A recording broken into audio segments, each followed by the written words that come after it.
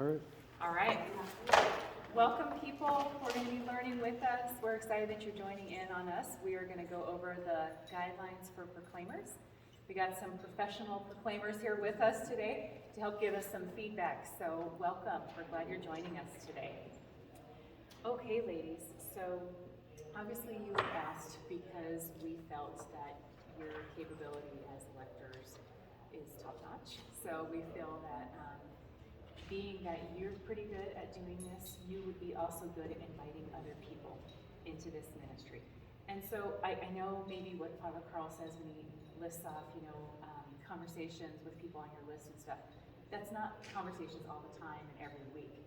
It's just whenever is needed. If we have some new people that we're bringing into the ministries, and that's what this is for their benefit. So as you look around and you notice somebody's got a really good voice behind you or something, and you invite them in, then we have an opportunity for them to get trained and to understand a little bit more about what we're asking of proclaimers in general as you train them. Okay? So we're just going to go through this a little briefly. We try to shorten this up a bit, if you notice, to make the guidelines a little bit more maybe reasonable for us. And so let's just go through this. So maybe a lot of people who are beginning as a proclaimer, maybe they're saying, well, how do I know where my readings are as I'm practicing, right? So you probably recall Kathy had given this to you in the past.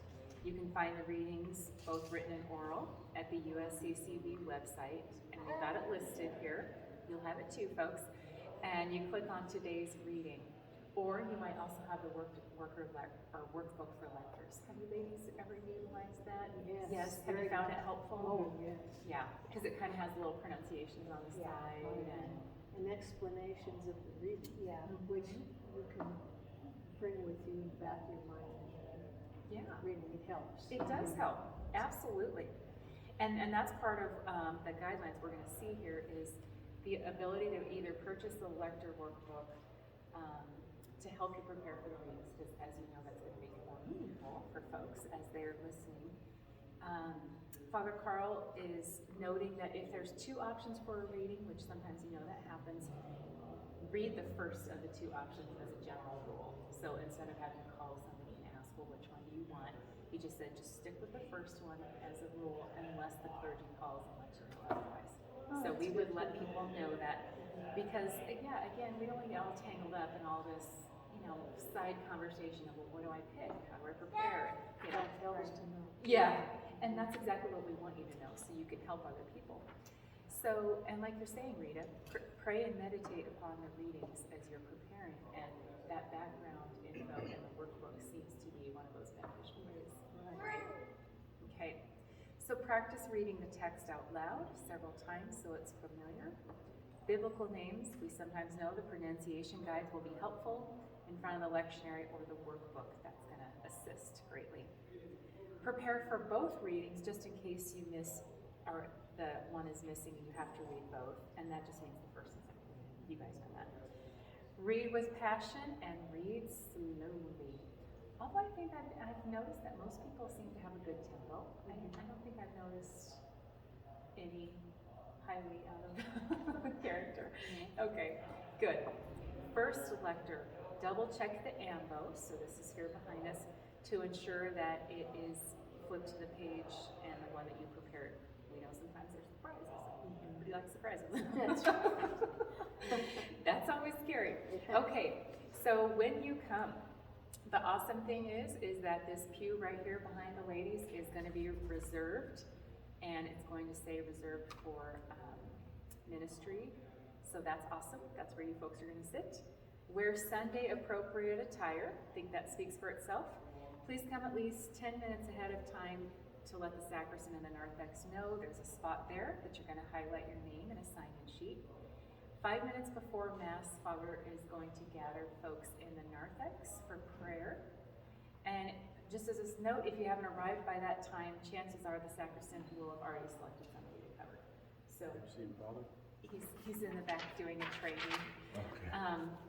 And so, just a good note, if you've got to check ahead, let people know if you're going to be gone. That's usually helpful to know. If you're unable for a scheduled service, this is where we're going to give people the list. So we're going to ask the minister first to find a substitute. And if all else fails, then they let you know or Zach know. Okay. So that way, we're just trying to be helpful as we can, and then let Zach know, or the sacristan, like if it's right before the mass, you know what I mean? Just let them know. The sacristans are pretty good typically. They typically find people. So I don't. There'll maybe be a little crossover here. We'll have to just kind of see.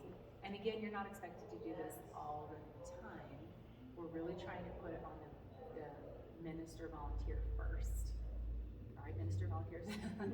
So you get to know a lot of people, and you'll get to try to call from them first. But it is possible that sometimes they may not be able to find something. So we'll help them put the word out.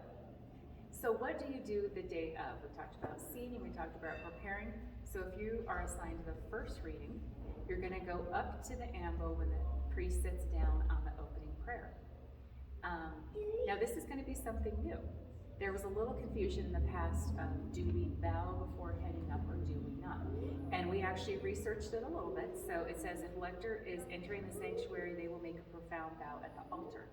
So we're not going to walk up this way. We're still going to walk up along the edge. Unless you're coming from this side, you're still going to walk around and walk up to the edge. But you're still going to make a bow towards the altar on your way up there. So that is going to be new. Then, before we were told that if we were going this way, you wouldn't have to go. But now you're saying both times. Father just thinks it's kind of confusing if you only bow one place and not the other. Yeah, well, that's a good point. Yeah. You know, because I mean, the goal is obviously to make sure that we know this is a holy space, and so that's why we researched it just a little bit, and we've got it referenced in there. So, yeah, exactly. So both ways, right, Kai? Waiting. Okay, I think so. So just a little motion when you get up there to the ambo. You may have to adjust the microphone, especially if you're coming after Deacon Corey, someone talk.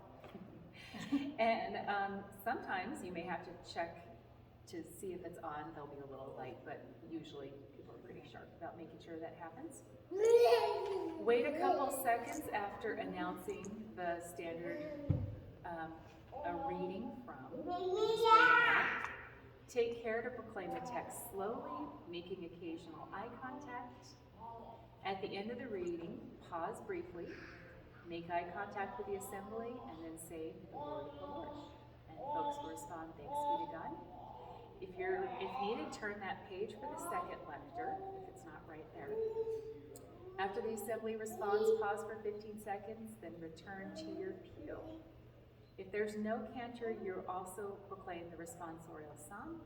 You will be informed of this before Mass, should you need to do this. As we know, that's extremely rare that you have to do that. But Father was mentioning that with the inclusion of the new 7 o'clock Mass at some points, you may have to do the responsorial psalm since it'll be very minimal. They won't have a lot of reading and singing, that kind of thing. So just keep that in mind. All right, so... Oh yeah, Rita has a question. Yep. Let's see. Oh, is there going to be any return to that brief explanation before the reading? I thought that was helpful for people. Right.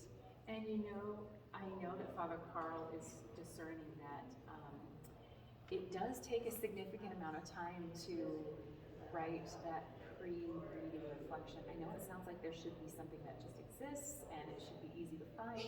I'm having a hard time locating that, so pray for us. But have you heard folks say that they liked that pre-reading explanation? Did you find a lot of people found it beneficial? And what's kind of your feedback? I haven't really heard, but I agree. I thought You found it helpful? Yeah, I thought it was kind of nice to get the synopsis of the readings. Give this kind of a context. Yeah. Okay. Yeah. So we might be bringing that back, lector trainers. We'll find out about that. But and like we said, it takes an amazing amount of time to compose that, and Father Carl just has a little limited time, unless we can find a resource that is he's breezy. So let's pray we can find it. St. Anthony, help us out. Okay, so second reading. The same goes for you. If entering the sanctuary, you're going to make a profound bow on the way up to the altar. So here on the ground before walking up the steps. I'll just clarify that. Adjust the microphone as needed. Wait a couple seconds after announcing a reading from. Take care to proclaim the text slowly, making occasional eye contact. And at the end of the reading, pause briefly, make eye contact with the assembly before you say the word of the Lord. Pause 15 seconds and return to the pew. So just some final notes there. If a proclaimer makes a mistake while reading, they don't need to say, "Excuse me," or "I'm sorry." Either go back and correct the mispronounced word or continue proclaiming. Everybody makes mistakes, it's part of it, so we're not going to worry about it. We're just thankful you're serving in the ministry.